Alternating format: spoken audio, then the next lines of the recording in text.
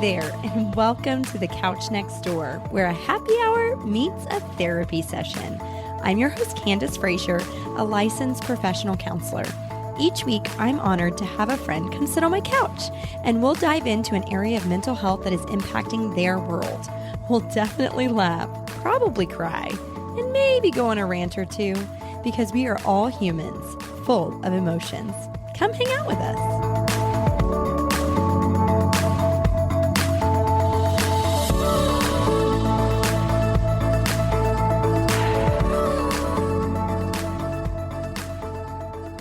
Welcome to the Friendship Season Recap. If you're new to a recap, it's less about recapping the episodes in the season and more about chatting with my husband, Jason, about the themed topic for the season. So today, he and I talk about friendship. It will surprise no one that we approach friendship very differently. Shocking, I know. We are a little all over the place in this one, but we cover friendship breakups, how Jason is actually friendlier than me, but does not express or possess the enthusiasm that I do about pretty much anything, but specifically how this plays out in friendships. And he brought a rant that will have all the parents saying, amen. Stay tuned to the end because another Fraser graces us with his presence by choice, not by force. I know, it was a surprise to me as well. All right, y'all, here is the Friendship Season Recap with special guest, Jason Fraser. Jason Fraser. Candace Fraser. Welcome to the Couch Next Door. Thank you for having me. Oh my gosh, I'm so tired. I know. Do you have a rant? Yeah, we're going to start off that. Yeah. Can my rant just be how much May sucks? Okay, good. Yes. I was hoping you would go there. Maycember. So I left an Instagram story talking about Maycember, and you sent me a message saying, what is Maycember? It was like, I think it was maybe the week before everything just really hit. And It has been nonstop tired since, since Mother's Day, I guess. No, before then. No, because your birthday. Yeah. I mean, it's all of May, right? Like there's a ton of things on Instagram saying, why are we putting Mother's Day in the middle of May? May is the worst month for mothers because we have so much going on and we just want everybody to leave us alone in May, but that's not happening. But your birthday is in May. Yeah. I think it's an outlier for most people. Yeah. And for people that maybe don't have kids, I guess we should address that. Like all of the things that are happening with kids in the end of school, and all the graduation events and all the end of school stuff. The field days, and it's everything crammed into the last 2 weeks of school. Yeah. Yeah, because I remember really, before we had kids, I remember loving May. I remember loving summer. Oh, well, I mean, I still love summer. Oh, it's the worst. Summer. Oh, well, anybody? December is the precursor to... You hate summer because you... Well, it doesn't help that I work from home, and this is my office. Let's finish our rant about May. Okay. December. Okay. Yes. If you have kids, that is what makes May the worst because, they're just trying to cram everything into 1 month. I don't think Landry went to school at all this past week because he was like, we got a trip, we got this trip, we got that trip, end of year trip. Actually, this week is worse. Oh, good. Can we just review the past 2 weeks if we can do that? Go ahead. So we had my birthday, which was a May lot 10th. Because it's a lot of people's birthdays. A lot of people's birthdays. That we love. That are in your life. We love them, but it's a lot. Yeah. Then we had Mother's Day. Mm-hmm. Then we had Landry's end of season school tournament, his soccer tournament. Oh, right. That was all the same weekend, right? Yeah. And then he's got to be at school for school soccer practice. Yeah, but that was normal. And then we've got end of year trips. Yeah, we didn't have to do any of that. What? We had to do end of year trips? Landry did. Oh, sure. So we had to figure out how to pay for that and get him. Yeah, there's a lot of money going out the door too. And then there's the bus didn't show up, so I got to go sub for Hudson soccer practice because the coach is kind of elsewhere. So I subbed in.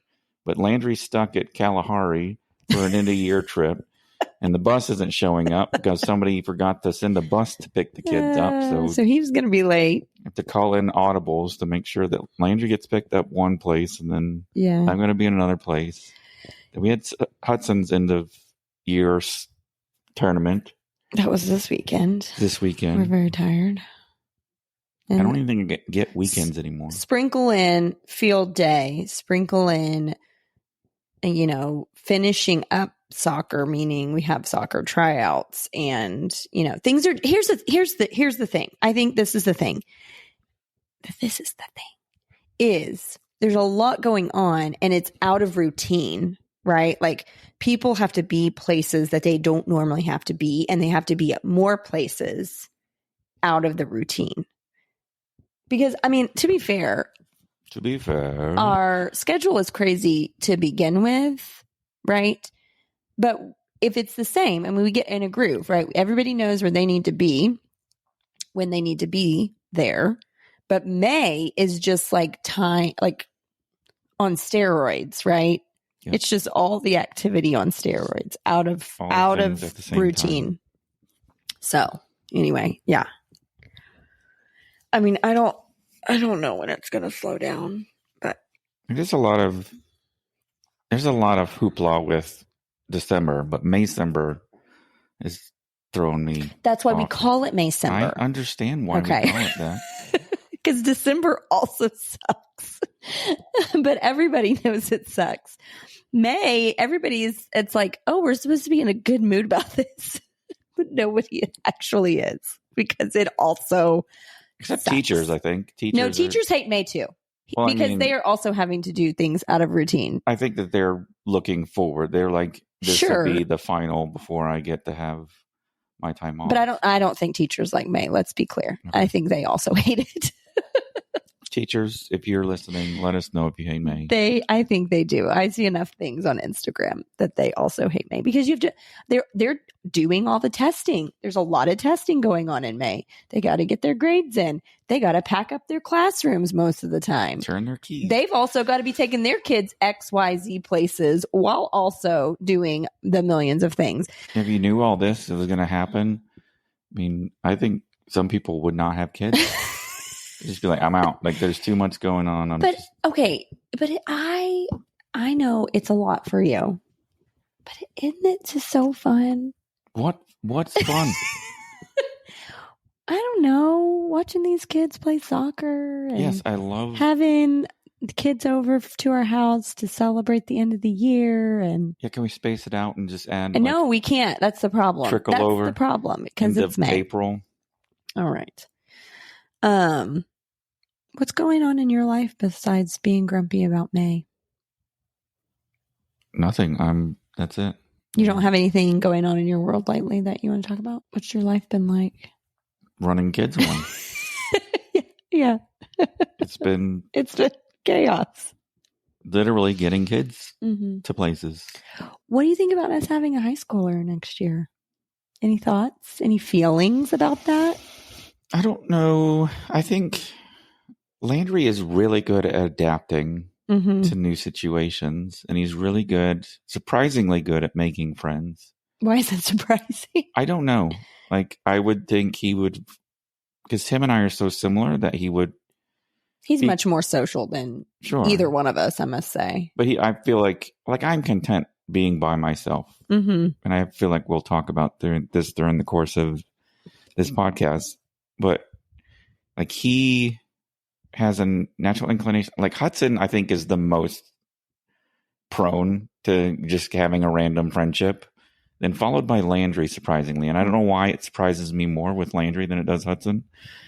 But what do you mean Hudson's prone to surprising friendships? Like, we will go to the restaurant and he's playing on the playground, and he's already like sitting with another family. Yeah, that's true. He's always been like that, though. Yeah. And so, like, it's Hudson has like that natural attraction for people, and then Landry's just, I don't know, it surprises me. Like, he's really good and outgoing. Like, he cares deeply for his friends. Yeah, he does. Like, he checks in, and he like, I don't know, like I see him at sporting events and he's high-fiving kids. And so it's just like his natural warmth of that being part of his being that kind of naturally presents itself. So what do you think about him going to high school? I think he'll do well. Like, I think he'll be able to use that. If we can keep him focused on the school part, then yeah, I think the friends part, I think that's the thing I struggled with growing up, is like having to deal with bullies or whatever. But now and almost his approach to it's way different than mine would have been. And I think it's healthy. Like, how is his approach?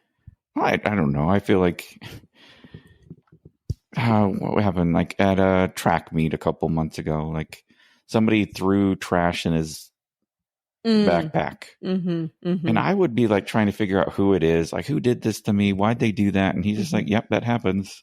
Somebody threw trash in my trash. Yeah, and you were like, but why? Why would somebody do this? Who did this? He was like, I don't know. It happens. Yeah. Like an acceptance of it, maybe. I don't know. Your feelings would have been really hurt. I'd just have and maybe it's just how we're wired. Like, I want to find the root cause of things and figure out what I did to cause it, or what I might have done, or maybe I could fix it. And he's more accepting. I think it's what you said earlier. He adapts. He's very adaptable. He just goes with the flow most of the time, a lot of the time. Yeah.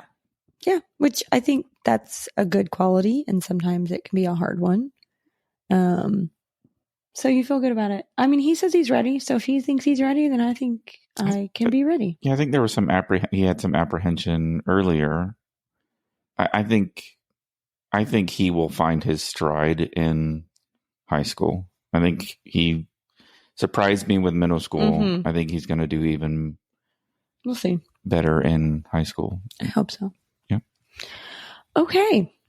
Well, should we talk about friendship? Let's talk about friendships. Okay.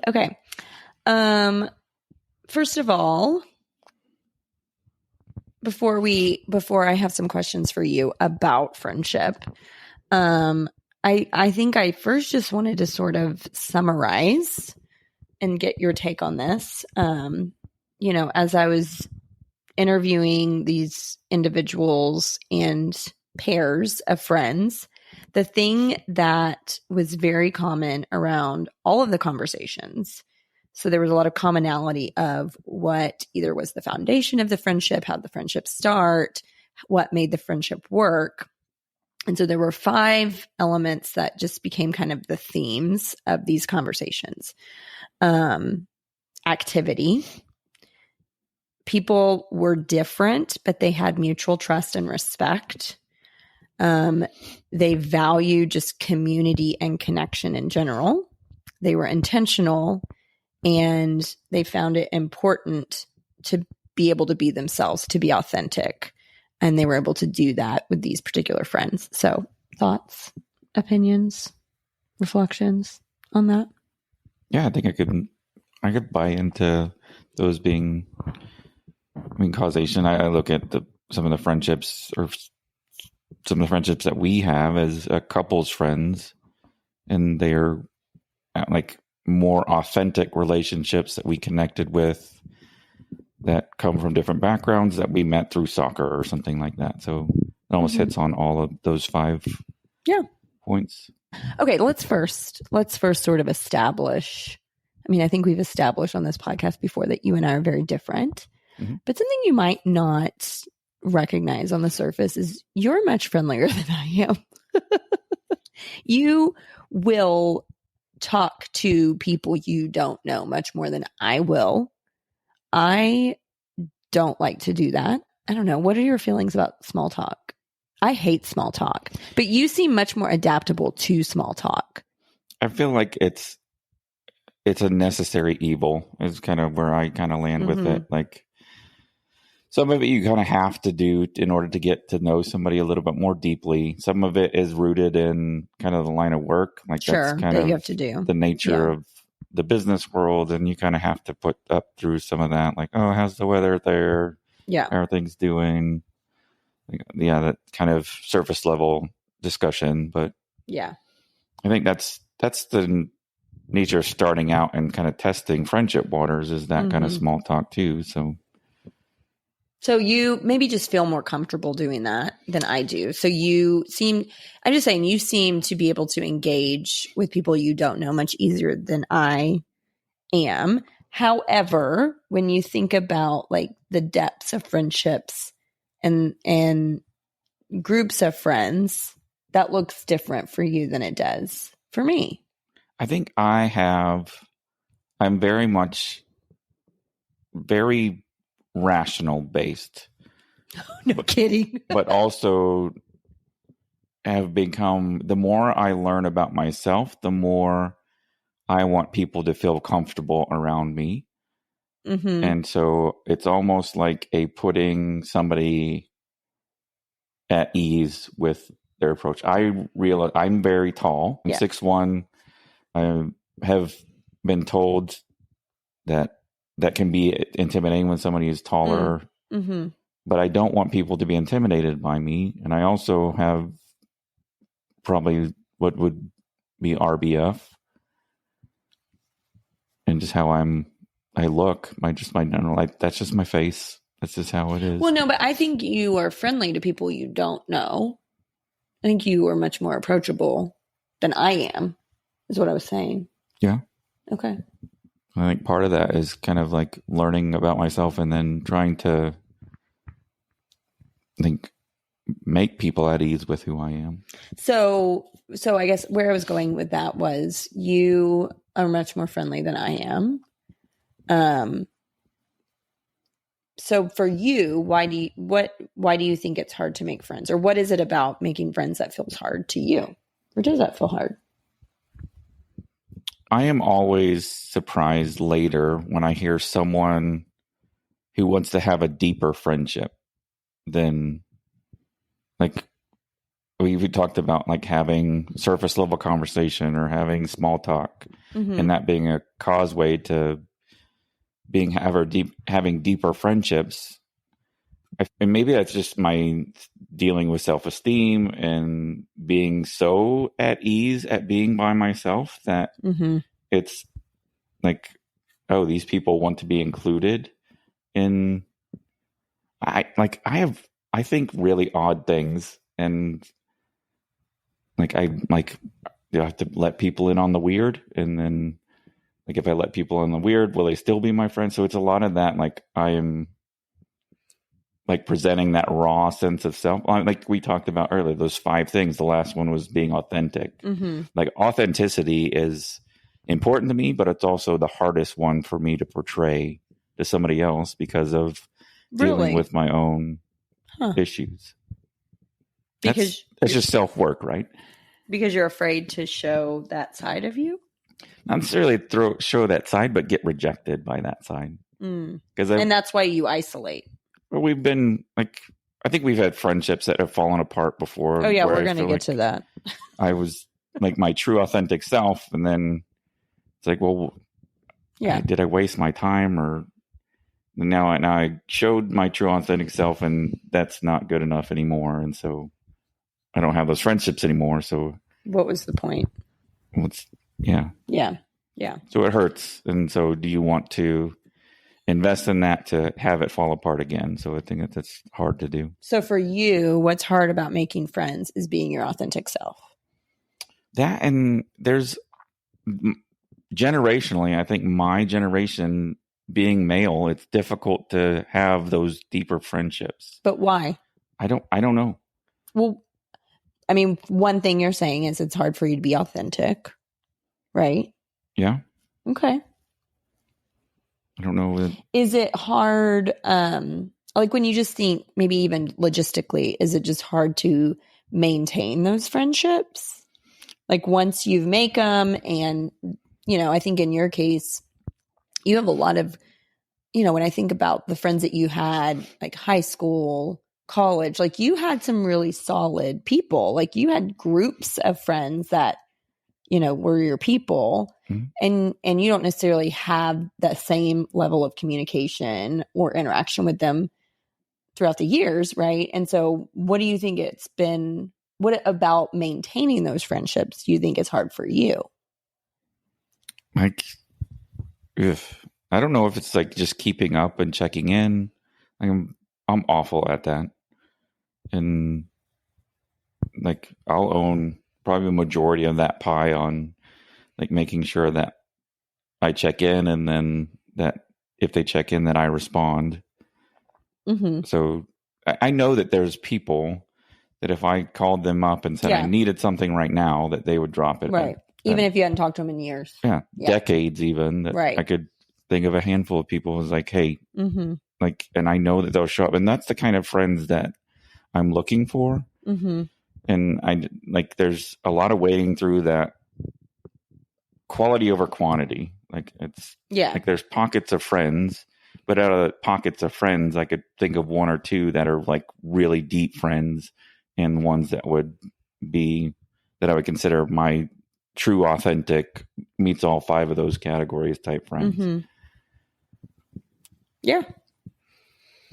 Well, and I mean, kind of even what you're describing is a little bit of like this idea of easy friendship. That you could go decades, but if you needed something, you knew you could still call somebody and they would show up. Mm-hmm. I think of easy friendship as like convenience friends. Is that the same thing? No, that's not what I'm saying. I'm saying easy friends, meaning you don't have to necessarily see them or talk to them all the time in order to keep that connection. So there's not a lot of effort and maintenance in order to keep it ongoing? Easy just being, you could go literal decades not talking to somebody and you see them and it feels like you just saw them yesterday. That feels easy. And there's not pressure. There's not pressure. There's not pressure to see each other. There's not pressure to do these things for one another. To me, counts as an easy friendship. I'm thinking about one friend. I could go an entire year not seeing her. And sometimes that might happen because she's busy, I'm busy.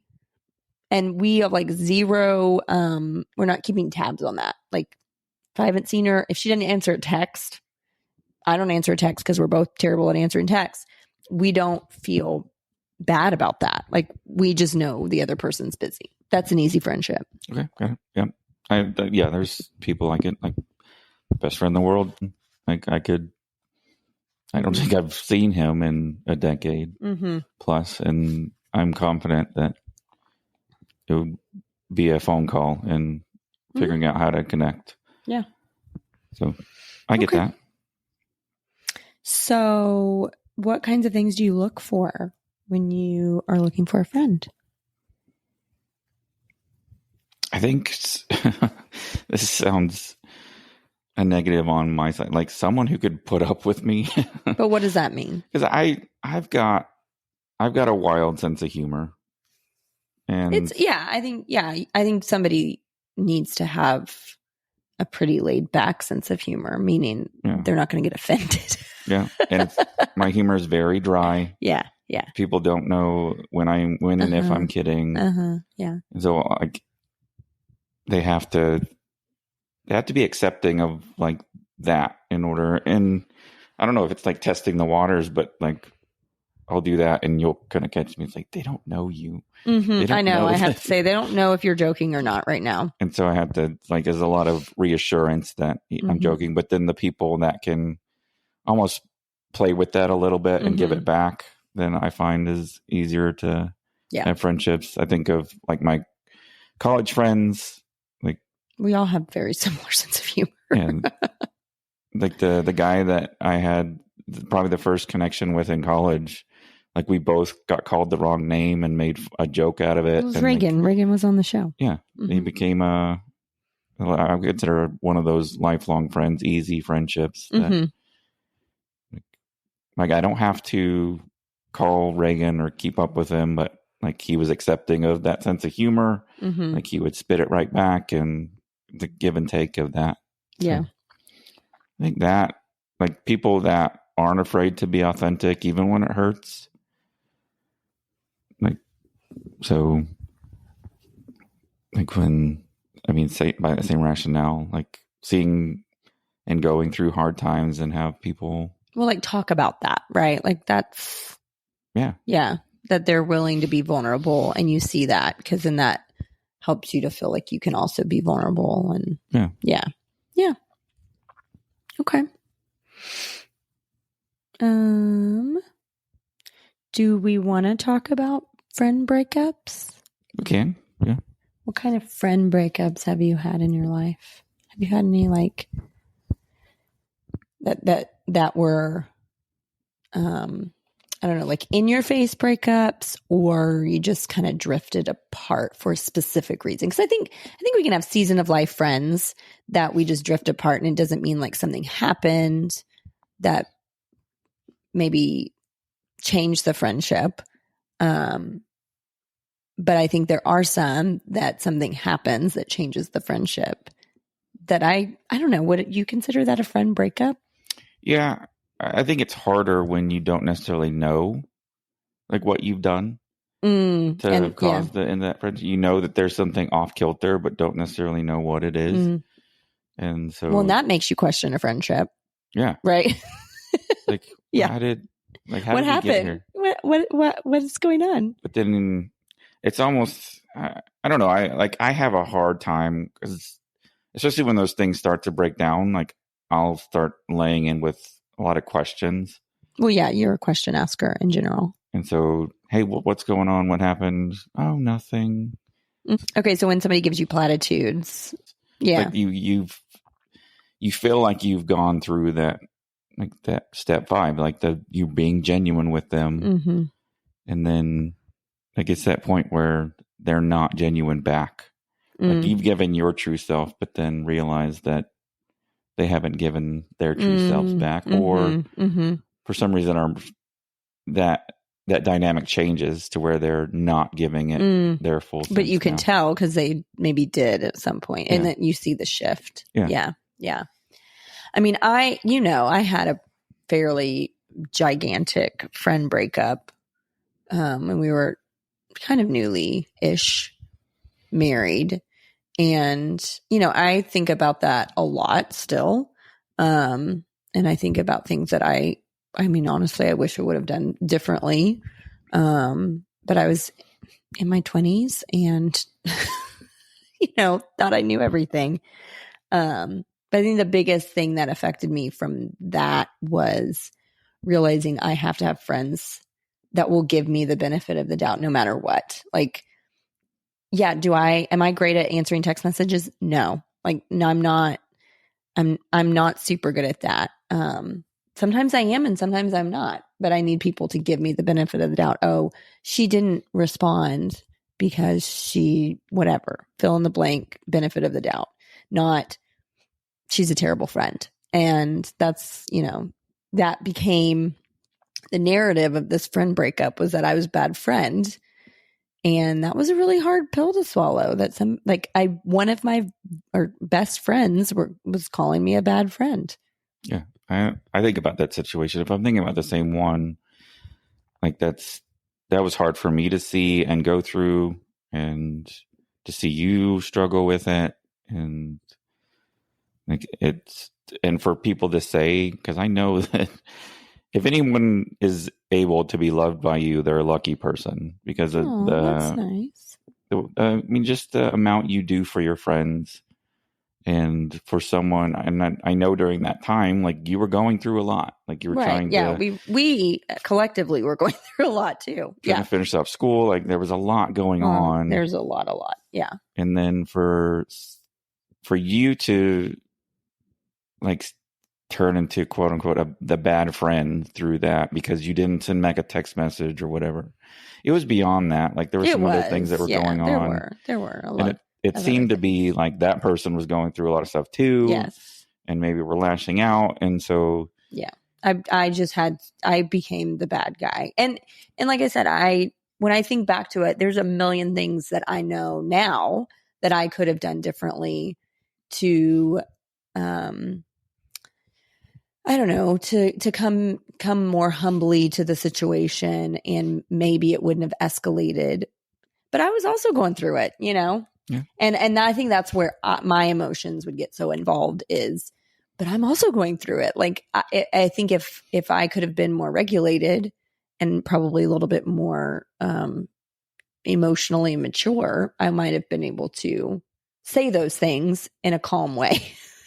But at that time, I was super hurt and felt super betrayed. And so those things were not super regulated. Those emotions were not regulated. So, can I ask you a question then? Yeah. So let's say that in those situations, do you feel like there's a pathway to a resolution? There might not always be, but like let's say that's like it's not severe enough, where there was like severe trauma involved, or that there was like. Well, so are you like the situation that I'm talking about with this friend breakup? Are you asking if I think back to that time, could there have been a resolution? Well, even now, let's say that they listen to this podcast, it's out there, and then they're like, man, that I feel that same way about this situation. Is there a path to resolution there? I mean, I don't see myself being friends with them. Well, so you'll come at it from a guarded state. I could just basically say, yeah, I did some things wrong. I'm really sorry that I did these things wrong. Please forgive me. Yeah. Maybe they would offer something too, but I can't see rekindling a friendship. No. I've heard like that. Like, of course, you're going to be guarded, and of course, you're going to like have your senses heightened for that to happen again. But also, I've also heard like, well, it's too late for that to happen now. Is there a place for that to? I mean, I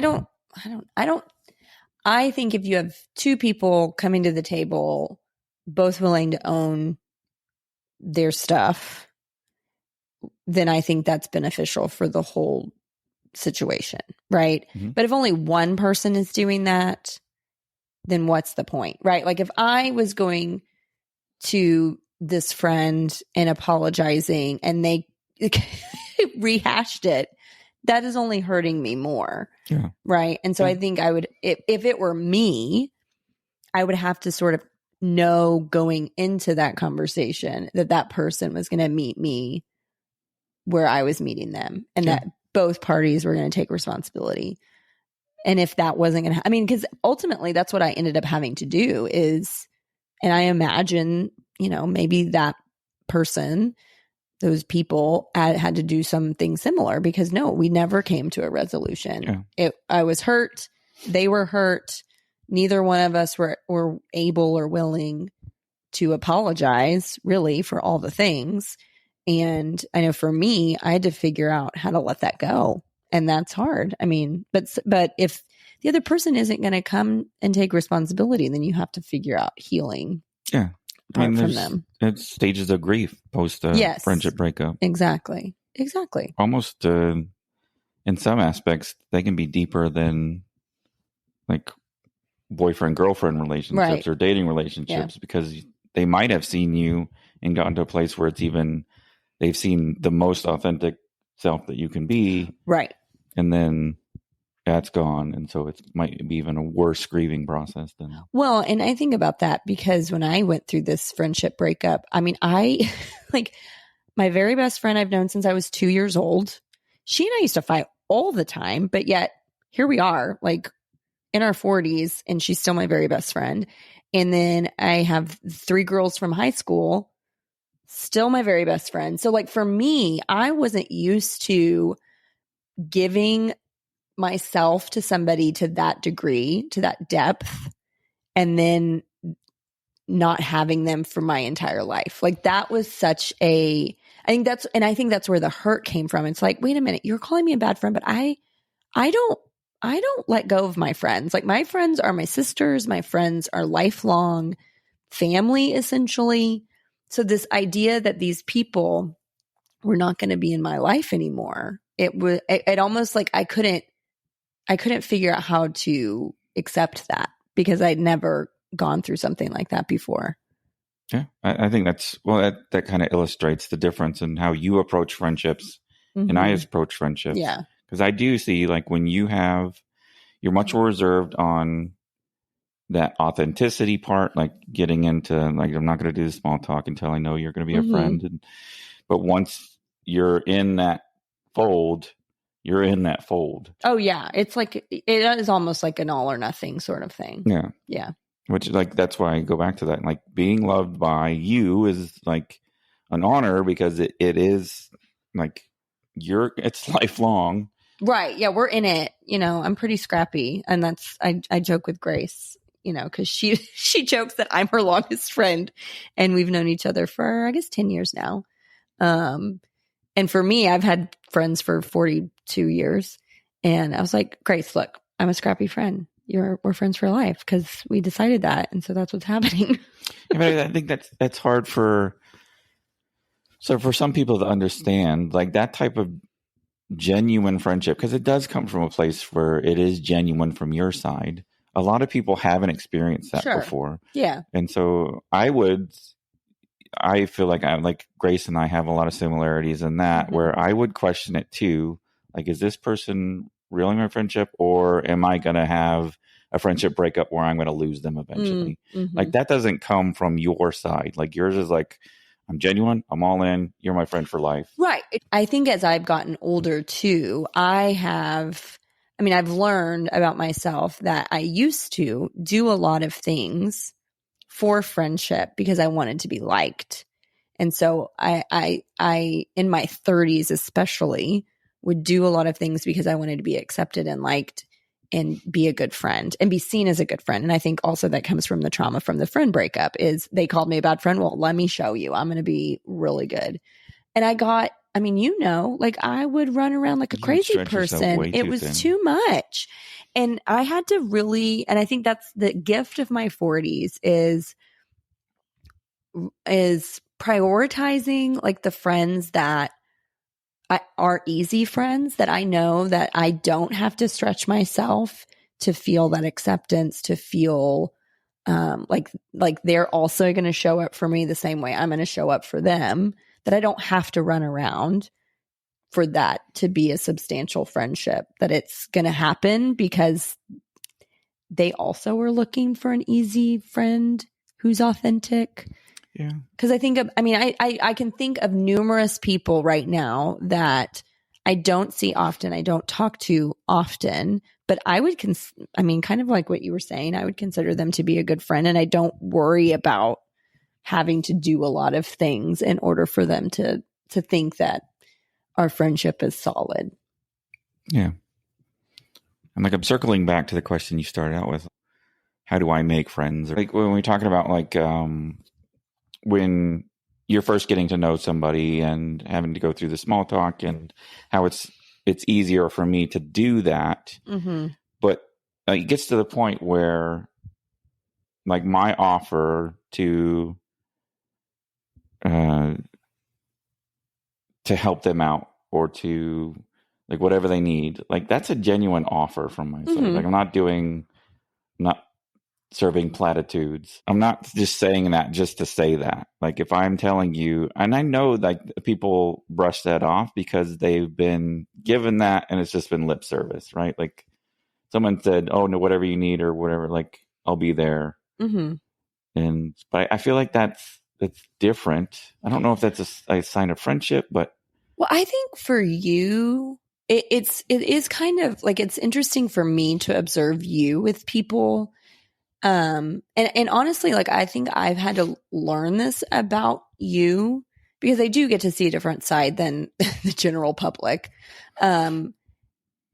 Because for you to offer help, it is so genuine. And I think for me, I've had to like realize that, because you can be a little grumpy about stuff and a little grumpy about people.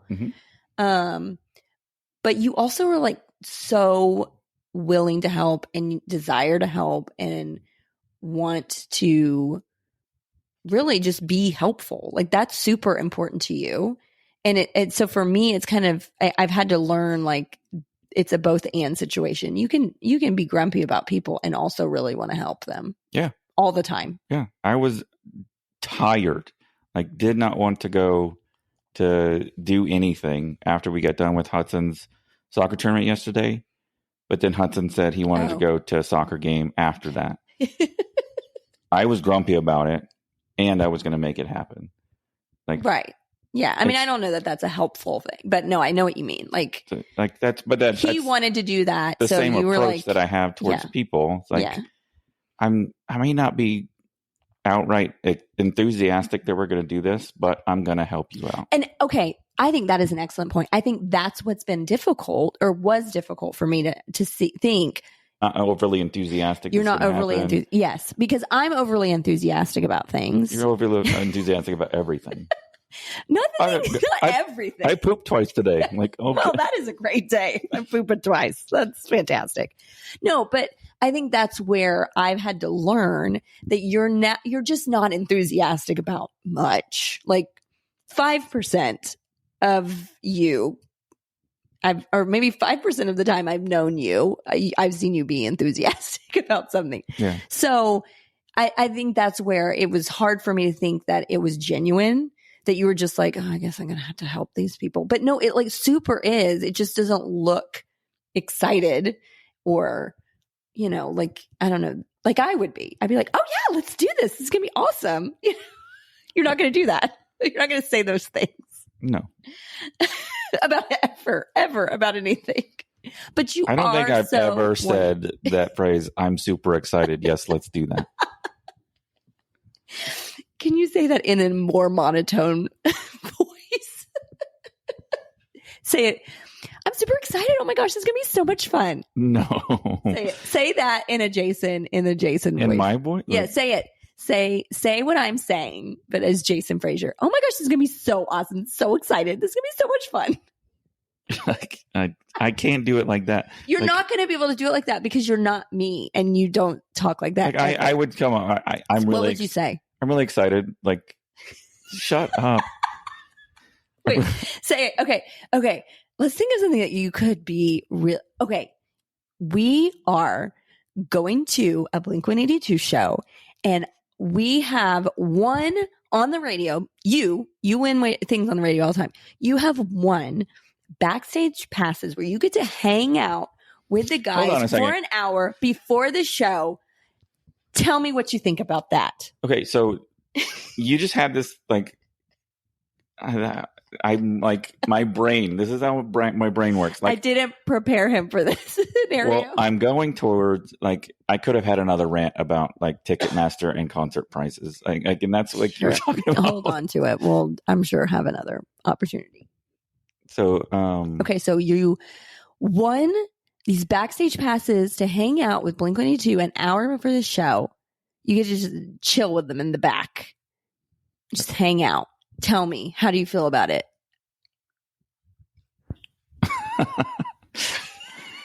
This is so dumb. Tell me how you feel about it. Do you want me to tell you how I feel about it? No, I don't. I'm not even going. I'm sending you, and I'm like, oh my gosh, this is the best day ever. This is gonna be so much fun. And I'm excited. Like, this is so depressing. It's not depressing. Like, what's depressing about it? Like, I'm excited. Like, why does it have to be? Why does it have to manifest itself in like outward, like hyper joy? Hyper joy. I'm excited. Yeah. Here's how I know when you're excited. Because I state it. No, I mean, kind of. If you talk about something multiple times, I know that you either had a good time or you're looking forward to it. If you mention it multiple times. See, that is how I know that it is a good thing in your mind. And I think that's maybe that's true. Like maybe that's how like outward expression is like even mentioning multiple times. My brain is like thinking about that thing constantly. And so even though it doesn't but you don't communicate it. Sure. Like communication does not always have to be outward expression. But nobody else knows if you don't outwardly express it. What do you need to know? If you're excited about something. So let's stay with this. This also is why it's hard for me to make friends. It's because people don't know or interpreting my non-expression of whatever as something different than what I intend? Apathy. Or are you just naming things now? No, I think that's what people perceive it as, like that you don't care. Or resentment, or I don't know, I think it's just like apathy. It's apathy. Like, it's like you take it or leave it. You could take them or leave them. Like, you don't really care that much. There is some of that at play. And I think because of those relationship breakups, there has to be some of that. Like, if I lose somebody that I haven't put a lot of investment in, then I'm like, okay, then it wasn't meant to be. And I'm much more equipped to be like in terms with that, or like trying to figure out what it was or what the causation is, versus someone I put a lot of effort into making sure that this happens. So you're saying when there's a friendship breakup or distance or whatever, if it's somebody that's like, they're all right, you can let go of that. But it's much harder for you to let go of it if it was somebody that you really invested in. If there's somebody that I have talked with multiple times about something that I'm excited about. Okay. I'm really excited. Did that get it? Did I almost hit it? I'm really excited about this. That sounds so disingenuous. See? Like, it does. Like, you are just making fun of me at this point. No, I'm not. I'm trying to get to your level. You sound very fake. See? If I've been in genuine conversation with somebody, and I think you can tell the difference between, first off, I'm talking more than 5 words to you. Like, you talk a lot on the podcast because you're my friend. Oh, thank you. Yeah. So are all these other people that are going to be listening. And I can wall them off and think, nobody else is going to hear this. Okay. What were you saying? Keep going. But then, people look at me and think that he's not excited to be my friend, or that I'm really hard to be friends with. And I don't necessarily know that is true. Right. I think on the surface, you can appear to be somebody that would be hard to be friends with. But I think in actuality, you're very easy to be friends with. I think because, again, like, you are I think you're very authentic. I mean, you're going to tell an inappropriate joke regardless of who this person is in front of us. It could be in a funeral. It could be anywhere. Yeah. But I think the people that don't have that adaptability, right, may not always understand that. What is a quality of somebody that would maybe have to understand that about you for y'all to be friends? Understand your lack of expression. I think it's somebody else is having to deal with, like, they have to understand that I am comfortable in silences. Yeah. And I don't mind it being quiet, and to be an easy hang. Like, we don't have to be doing anything. We don't have to have an activity. We just have to be, and we can talk and whatever, and coexist, and it doesn't have to be. I think that's I think there's a lot of expectation about what goes into a friendship, or goes into having to do something or be somewhere or be even someone that they're not really genuine. I think I'm really good at wading through that. Like someone being their genuine self, and then someone putting on a show. Yes, I think you're right about that. Be like, no, are you really okay, or are you just saying you're okay? Like, if you're really going to want to be my friend, let's talk about how you're not okay, and visit about that, instead of you like just being surface level with me and saying, oh, I'm fine. And I think people get thrown off when you call them out on that, because I don't think they either recognize that you are able to see through that, and you are the kind of person that will say something, and I think because you tend to be a little bit, I don't want to say withdrawn. I don't think that's the right word, but again, not expressive. When you say something that is that pointed, it can sometimes be like, oh, like shocking almost. Well, I think most people are trying to present they want to have the Instagram version of themselves. They don't want to have the cracks, and for people to call them out. And I know that is not fair on me sometimes to do that. But I think that's part of me wanting and kind of offering to be that.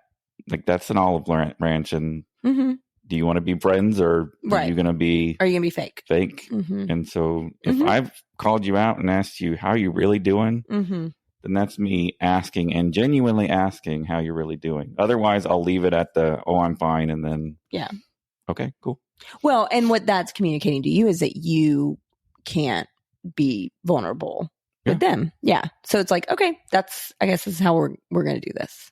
And it sounds like it's a game, but it's not intending to be. Like, I really want people to know that I care for them. And I'm asking. And that's how you express it. Yeah. Yeah.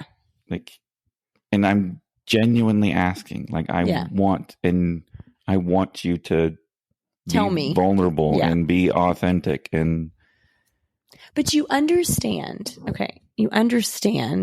that because you maybe aren't as expressive, that warmth that you do have doesn't always come across for somebody to feel comfortable to be vulnerable with you.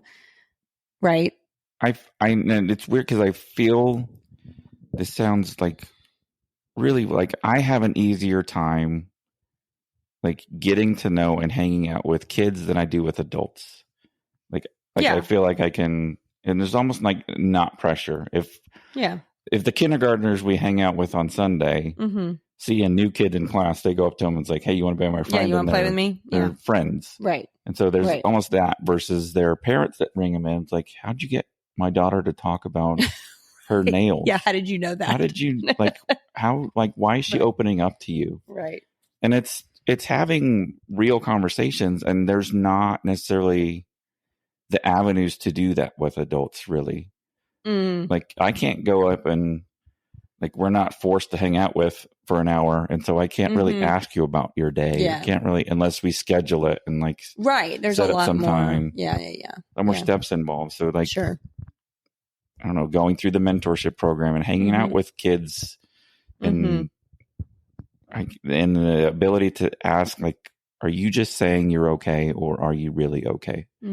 Like, those are, even though I'm almost hyper aware that people don't perceive me in that manner. Like, I know what I present as, and I almost, like, you have to be okay with that too.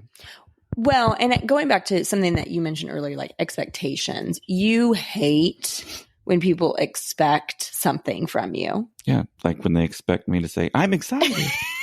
Well, I don't anymore. I've learned.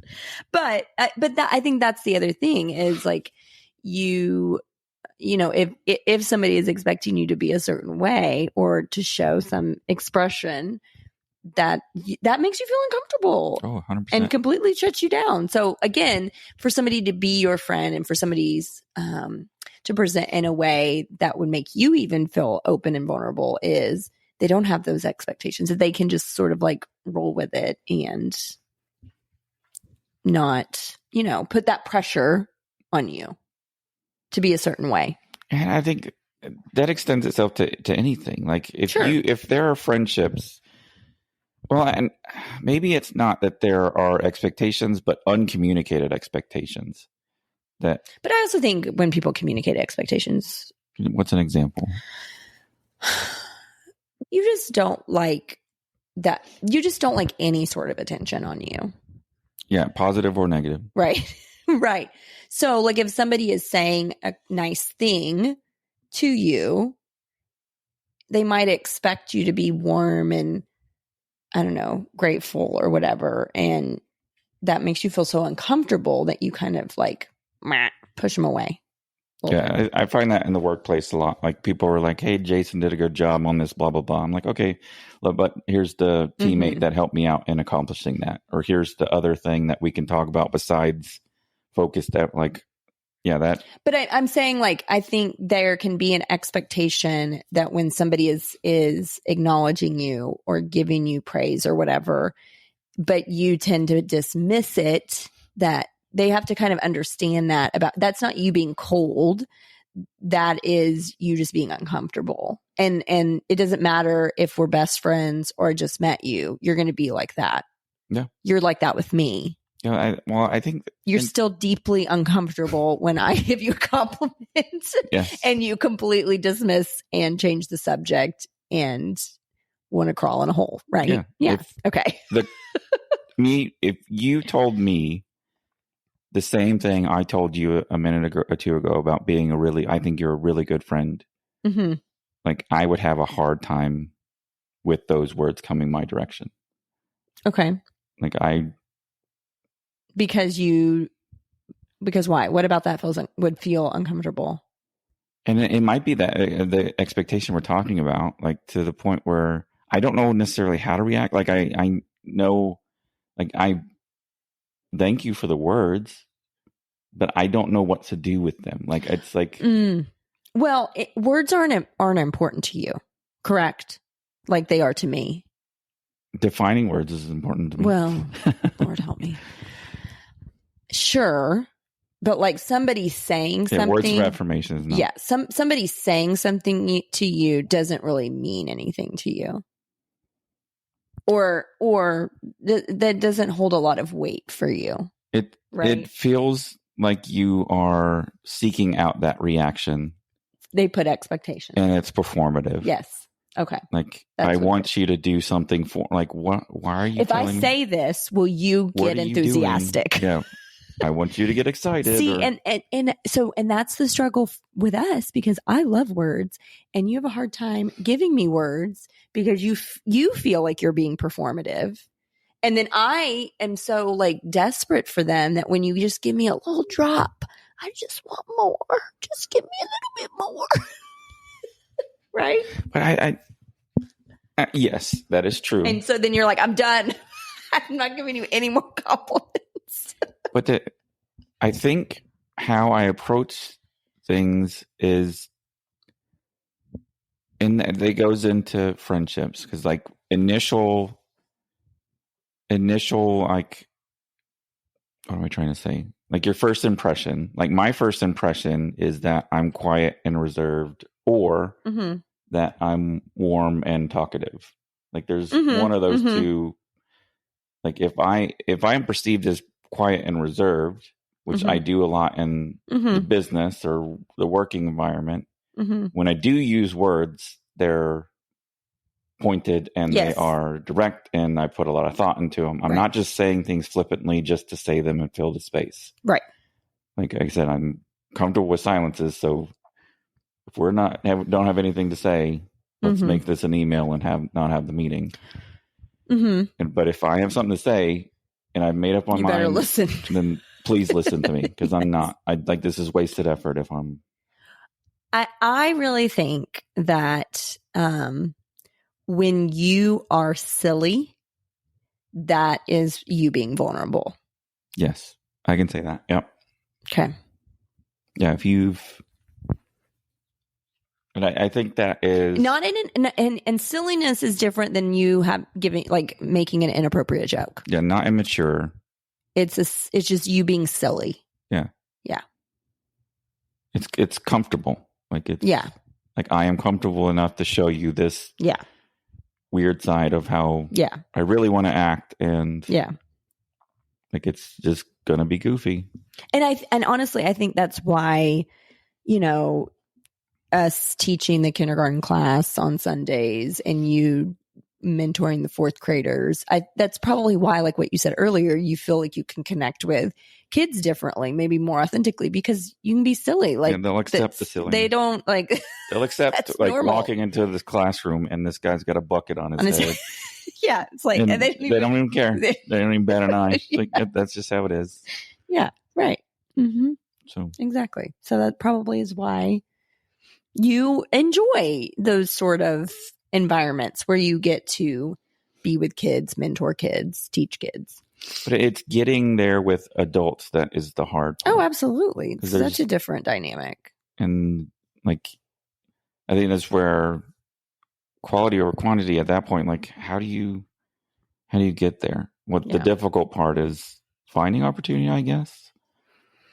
Like, I don't even know. Well, I mean, that's a lot of what we talked about during the friendship season was like how these people met, like the origin story, and then how did they click to the point where they realized that they wanted to maintain this friendship, right? Like some of it was shared in common interest or just kind of being at the same place at the same time.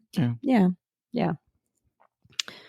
So when I was coaching and had, 16 kids on a roster, like I cared deeply about those kids that were on my team. Yeah. And if they were going through hard times outside of the practices or whatever, then we could talk about them. Yeah. The parents that I now consider friends are the ones that put the effort in. We're friends because their kids were on my soccer team initially, right? But we are extended friends because like I cared about their kids. They saw that, and like there was it's beyond just you're a coach of my kid now, right? Because I mean, yeah, that started there, but it's continued because we've been intentional, maintained that communication, time together. They're still important to us. I mean, not to say that the families that we maybe don't see aren't, but those were just the ones that carried on. Yeah. And I think, when I think about those particular families, you've been silly with them, like I think you've felt like you can be authentic. And if I have shared like a genuine belly laugh with somebody. Yeah. Oh, yeah. Because you don't do that often. Like I almost frown when I smile. And so like for someone to make me laugh and for it to be like a deep seated, like really laugh. Yeah. Like that's a version of me almost like presenting my true self also. Yeah. Well, so is there anything else to say about friendship breakups? Or what about friendship is difficult for you, for me? Yeah, I think even with those friendship breakups, like I still wrestle with them. Do you have others besides the one I'm thinking of? Yeah. What are your, because I spoke about my personal one. But I am thinking like there's there's a couple of friend relationships, and they might have started off as happenstance. Like in a lot of couple relationships, like there's almost like you have to be friends with the husband because I'm friends with the wife, and there's because of the relationship dynamics that are in play, and like this if the couple splits, then oh sure, yeah, that's always hard. That was a really tough friendship breakup. Yeah, because like I felt like I was genuine with this person. I think that's a really good point. Like when you're couple friends, but the couple splits, that's real tricky. That's really, really tricky. Well, and so the one I'm thinking of, like I let you're friends with the spouse. You're best friends with the spouse, and so like I let her know that I would like to be continue to be his friend. Yeah. And she was fine with that. And she was fine with that. She almost wanted that, and encouraged that. I put up the effort and reached out several times. And I think the narrative ended up being like, I don't know if it was choosing sides, but like it got to be like everybody alienated him. Everybody was against him. Everybody was against him. And that wasn't true. Right. And so I think that hurt even more going through that because, dude, I reached out. And you're not, like you said earlier, not great at making effort, but you made a lot of effort with this guy. Hey, happy birthday. Sure. Like, I'm in town. Yes. Can we see you? Whatever. Yeah. Yeah. And cricket. So that one hurt. Trying to think of like other relationship. I think that those dynamics are different with guys too. Like, I don't know if there's like, because there's deep friendships, but I can't think of one where something outside of that would have caused the discourse. Yeah. Okay. What do you, I mean, since you just mentioned it, what do you think it is about guy friendships that makes it, maybe, I don't know, do you think it's harder than women being friends? Like, what's your take on that? It looks different. I think that the maintenance piece looks different for sure. In what way? Well, because I mean the ability even I almost appreciate girls when they're able to schedule events, and we're better at that. You're better at that for usually. Sure. Yeah. But I see that with younger generations, like male-driven friendships are much more aligned to that, like keeping in contact. Oh, I'm going to hang with the boys, and we're scheduling trips and going out. And this next generation, I think, is a lot better than past ones for sure. And so, like, I'm almost encouraged by that. I'm almost envious and wish I had that in some capacity. And I'm sure if I sought it and knew how to do it, I could enact that. Well, but I mean, I think about, like when I think about Reagan and Chris, the dude friendships that talked, and even like Cam and Bo, I think, having an activity, because like Reagan and Chris, they like golfing and they do other things other than golfing together, but that is a shared interest and a shared activity, something easy that they can do together. You don't really have an activity that would involve multiple people, like. Yeah. What am I going to do? Have somebody come over and do stained glass? I mean, you made some friends with those old ladies in your class. I'm the only dude in there. And there's not, it's like a team sport. On golf, I look at it as like your bunch of people hanging out together and doing an activity. Sure. Well, and the other thing is, like, you've been on soccer teams, but you're not that competitive. And so those were not your people, because it would be old guys coming to play soccer, being really competitive. And you're just like, why are we taking this so seriously? This is supposed to be fun. Yeah. So those sort of personalities also were not necessarily people that you would vibe with. So I think that's sort of tricky for you too, because your shared interest isn't necessarily a community activity all the time. Yeah. What you would want to do. So yeah, either like, yeah, I think it's when it comes to sports, like I'm kind of flippant now about competitiveness. I think I was much more when I was younger, but now it's like, I'm not trying out to be a professional athlete. Yeah. Like, why are we taking pickleball so seriously? Like, sure. It's for fun. Play the game. Okay. Is there anything else that we didn't cover that you wanted to talk about? No. Can you say that with a little bit more enthusiasm? Let's just end on this. I think about, sort of our friend journey since we've been married. Okay. I mean, I have my group of people that I was friends with before you came along. But then when I think about sort of like, when we were first married and then have kids and then where we are now, sort of like the people we've collected along the way. And some of them have been season of life, right? Some of them have been really good for us at that particular time. And maybe we don't see them, talk to them anymore. Some we do. I mean, I think we've had definitely some struggles in feeling connection and finding people. But when I think back to the people that we've been able to collect along the way, I'm very thankful for them, because there are people that I know we could call and they would show up, and people you can be silly with, and people that put up with my enthusiasm and squealing and loudness and all the things. Let me ask you this. This will be what we end with. How do you think we did that? Like, I mean, thinking back to when we did struggle with finding friends as adults collectively, how do you think we did that well? And what would be your advice if somebody maybe is struggling with that? That's a good question. Because we did struggle. Like I remember us like, we have no friends. What are we going to do? Yeah, I think, but you did have friends. They just weren't in the weren't place here where you could utilize them at that time. They weren't in our community. Yeah. Yes. You talk about the lifelong friends. You had them. But they weren't our friends, right? They weren't our, friends, boots on the ground sort of friends. Like, who can I go have coffee with? Who can I have a play date with?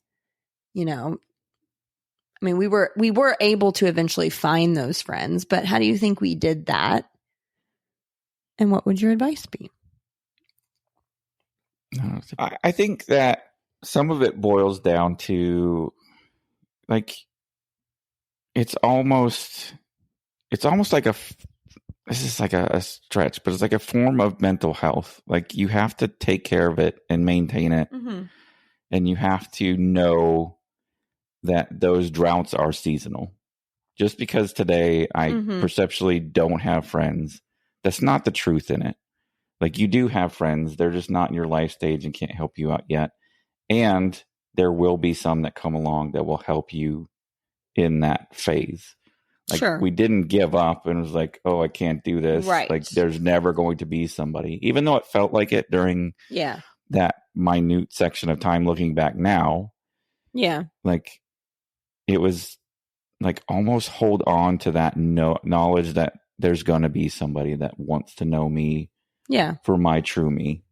Well, and I think we knew we had to do something, right? Like, we couldn't just stay at home every weekend and not try to connect in some sort of way. And I think that was hard for both of us because we didn't want to do that. And I was very comfortable with the friends that I had. And I was like, I don't need friends. I mean, but I did need friends because, yes, I had friends, but they weren't here with me doing life with me. I needed do life with me friends. And, you know, us both being very introverted and me being extremely shy and not wanting to talk to strangers, that was a really hard thing to, like, put ourselves out there and look for that. What? Can we revisit? Like, can we talk about a little bit? Can I throw a curveball in your thing? Okay, what? So we posed this question to our couple friends. And we asked both the guy and the girl. Mm-hmm. It's like, do you consider your spouse your best friend? Oh, okay. Yeah. And, like, my majority of the time, like, the guy was like, yeah, she's my best friend. And blah, blah, blah. And then the girl, like, was like, he's my friend, but he's not really my best friend. Yeah. And so there's some of that dynamic at play when you're going through, like, these couple friends thing, because there's, like, because I think women can be vulnerable with other women, but I think guys have a hard time being vulnerable with other guys. So I think it's easier for women to say, yeah, she is my best friend, and she knows everything about me. Everything. Where the husband, where it's not that you don't know everything, but you don't know everything. No, but it's not like, I don't know. Women friendships are just very special. Like, I mean, you'll never understand.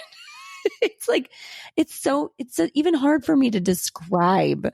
I don't necessarily think I need to know. No, I don't necessarily think. Yeah, I think I'm not saying that. I think that is awesome. I think, well, but it's different. You're right. Like, you feel closer to me than I feel to you. I don't know. Like, what are your thoughts about that? I don't. I think that some people, and like, they don't even consider their spouse their friend, and that's where it really is the part I was trying. Like, I consider you my friend. Are you my best friend? You probably are my best friend, but I don't know that I'm yours, and I'm okay with that. Like, some people are affronted, and they're like, "How dare?" Like, she said, I mean, you're my best friend. That's a boy. Well, okay. I hope. Where to qualify it? You're my best friend that has a penis. I mean, it's true. But I mean, there doesn't have to, like, just because. I do agree. Like, girl friendships are completely they're foreign to me, and I don't necessarily I don't know that I will ever understand them. They're wonderful, and that's okay. Mm-hmm. And there has to be some solace in that, and there has to be some understanding that guys are not going to understand that. Sure. But I do think some guys get upset that they don't. They're not their spouse's best friend. Yeah. So what are you saying? Get over it. Get over it. Okay. That's my advice for those people dealing with that. Okay. Get over it. Get over it. What were we talking about before? Advice. If you don't have friends, but you want friends, don't give up. Don't give up. Get out there and do something about it. Yeah, so some of that's just like natural, like life stage friendships that can develop into lifelong friendships. Right. And I have had in my, older years have had to accept season of life friends. Like there are people that, we were doing life with that I don't talk to anymore. And it's not because we had a friend breakup. It's not because I'm mad at them. I don't think they're mad at me, but we just drifted apart because of life circumstances. And if I were to ever run into them, I think it would be fine. It would be great. It would be lovely. But we were brought together in that particular season. And then after that season ended, it's like we didn't really have, either we didn't have anything in common. We didn't see each other anymore. Yeah. I think even like the perception of friends can vary from person to person. I think of Brittany and everybody's her friend. Right. Like she's talking to Brittany. I went to a concert. If you talk to Brittany for 30 seconds, like she's probably thinks you're she was talking to the people in front of us and they're my friends. Yeah. Like, everybody's a friend. Brittany, they're not your friends. Isn't that so her, precious? That's a friendship. And so lovely. But that also like that sprouted off these type of conversations where your other friends. So I talked to Erin and asked her, is like, are we friends or am I friends with Erin? And I think there was like, well, you're a friend by association, but you're not really my friend. And then I asked her, I was like, do you want to be my friend? Yes. And it was like a yes. Like, yeah. It's like, that was more surprising, I think. And even Brittany's husband, Steve, was like the same questions. Like, yeah, those are, and that's different personality. Yeah. Do you want to be my friend? It's like an immediate yes, like with an exclamation point, which is, again, like, so like vulnerability plays a lot in that too. I guess that's, I'm circling back to the advice, like put yourself out there. Like you'll be surprised at the people that really want to be. Yeah. And like your mental stuff or whatever, your brain telling you that you're not good enough or whatever, they're not going to be my friend. The rejection piece is like, you're going to be surprised about people that really want to get to know you. Yeah. Okay. So get out there and do something. Be vulnerable. You don't have to be enthusiastic or expressive, but be adaptable to whatever comes your way. Yep. Cheers. Anything else? Nope. Thank you for being my friend. Thanks for being my friend. Best friend. For life. The end. Love you. Love you too. Okay, we have a special guest that's decided to join us on the recap episode. He'd like to share his thoughts about the episode he listened to. Landry Fraser, what do you have to say?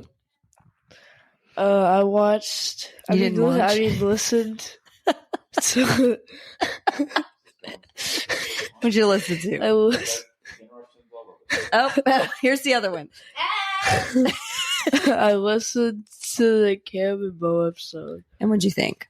And my takeaways are, I thought it was cool that they've been friends since the 8th grade, necessarily, since middle school. And I think it was summer after 8th grade. So. Okay. So, but 8th grade.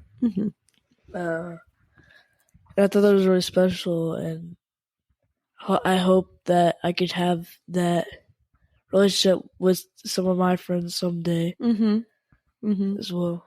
Well, what did you hear in that episode that you think would help to keep friends from 8th grade all the way through college? LeBron being the GOAT. LeBron being the GOAT? That's what brought them together? No, not necessarily. Well, like, they talked about, like...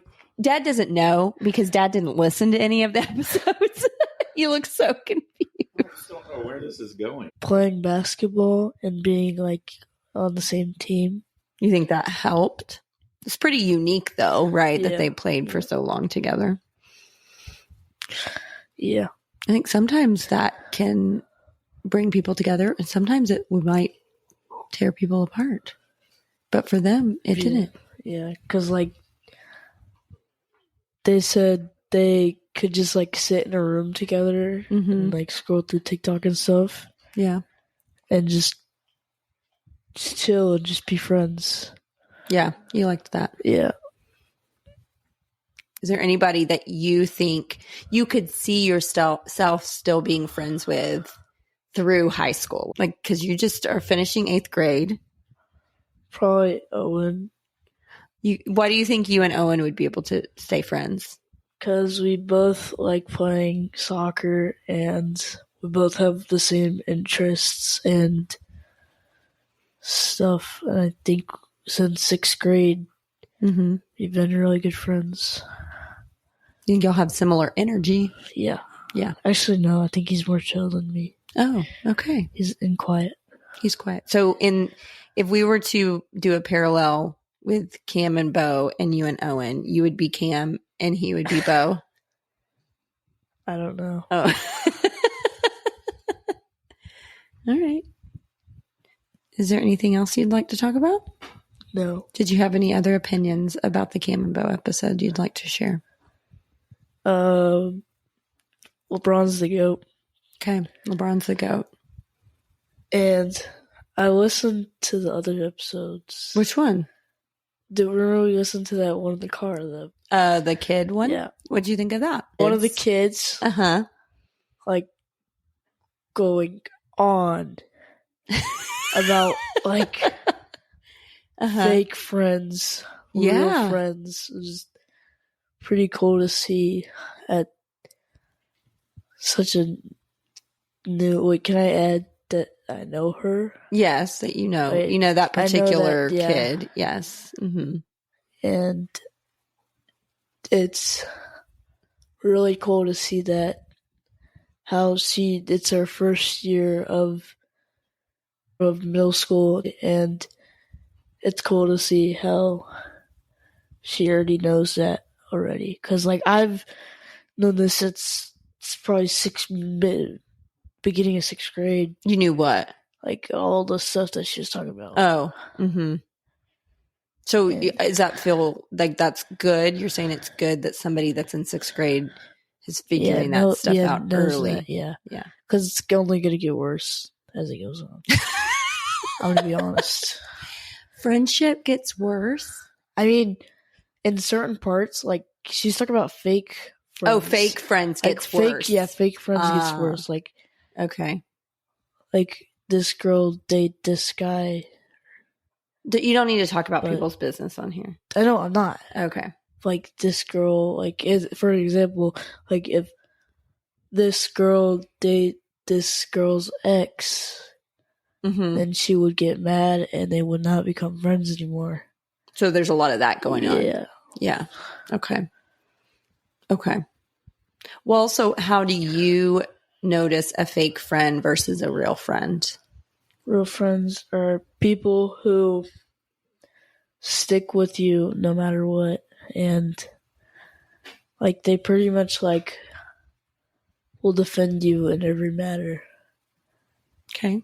So they're not like, two-faced. Like the 6th grade girl that I was mentioning, she was talking about testing her friends. Yeah, what did you think of that?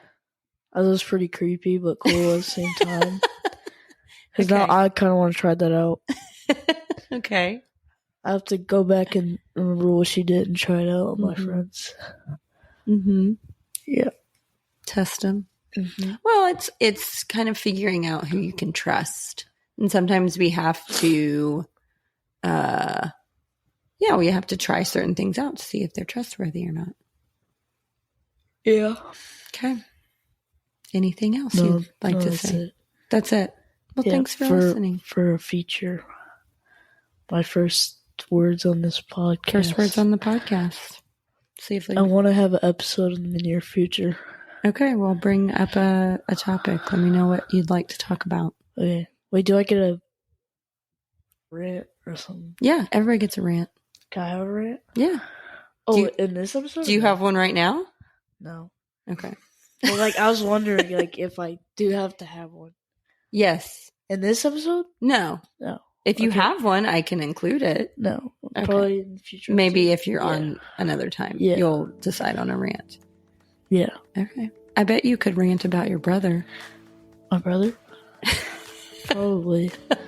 Some things. Well, thanks for listening. If you think of something else, come back. Come on back. Okay.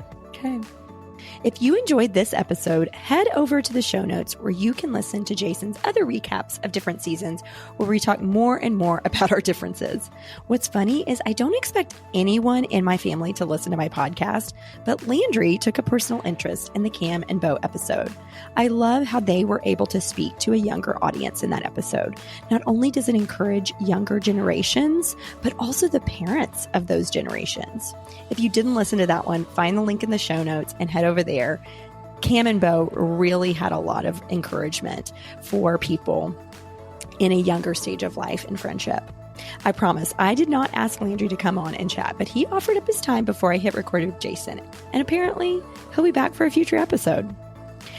The other thing I'd like to mention here is that although this friendship season has highlighted friends that have figured out a few things about friendship, I want to remind everyone that friendship can still sometimes feel really complicated and hard.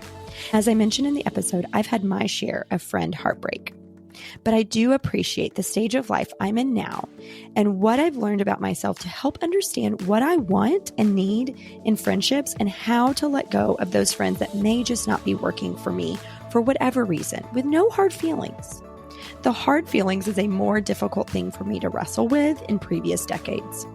Ultimately, putting yourself out there to connect with others takes a lot of vulnerability, but let me tell you, others want what you want. That was solidified in this season. The themes I heard over and over again that created strong foundations for the friends that we talked to throughout the season were finding common activity, mutual trust, the value of community and connection, intentionality, and authenticity. Also, you don't have to see the world exactly the same to be friends. As long as there is shared respect and a dash of emotional maturity, very different people can be the closest of friends.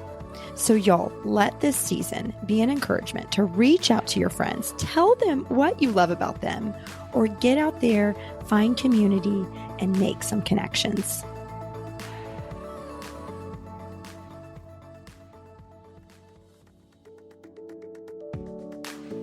The information included in this podcast does not replace that of your own professional therapy. If you believe you are in need of professional assistance, please reach out to the medical community in your area. The Couch Next Door with Candace Fraser was created by me, Candace Fraser, graphics by Jason Fraser, music by Josh Bissell.